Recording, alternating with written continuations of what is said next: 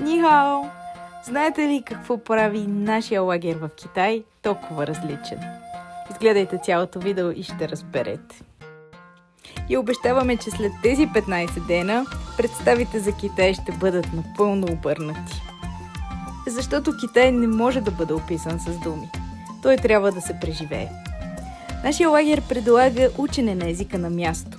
Защото един език се учи най-добре, когато си заобиколен от него и от културата.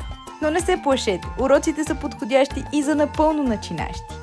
А храната в Китай, тя е цветна, ароматна и изглежда наистина като снимките. Често може да бъде приготвена и пред вас. Включили сме и посещение на 5 града – Тиенджин, Сиан, Луджен и Шанхай. Китай е прекалено голям, за да се ограничим с едно место. За едно по-автентично изживяване се придвижваме като местни. С метрото и с влакове стрела. Така ще се уверим и колко организирани са.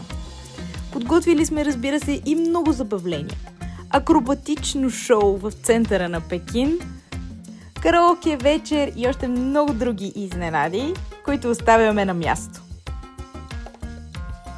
Разбира се, не сме забравили и за посещение на най-известните забележителности в Китай, като забранения град, китайската стена, летния дворец, храма на небето, войниците от теракотената армия в Сиан, градските стени на Сиан, градините Ююен в Шанхай и още много местенца, за които дори не си подозирал, че съществуват.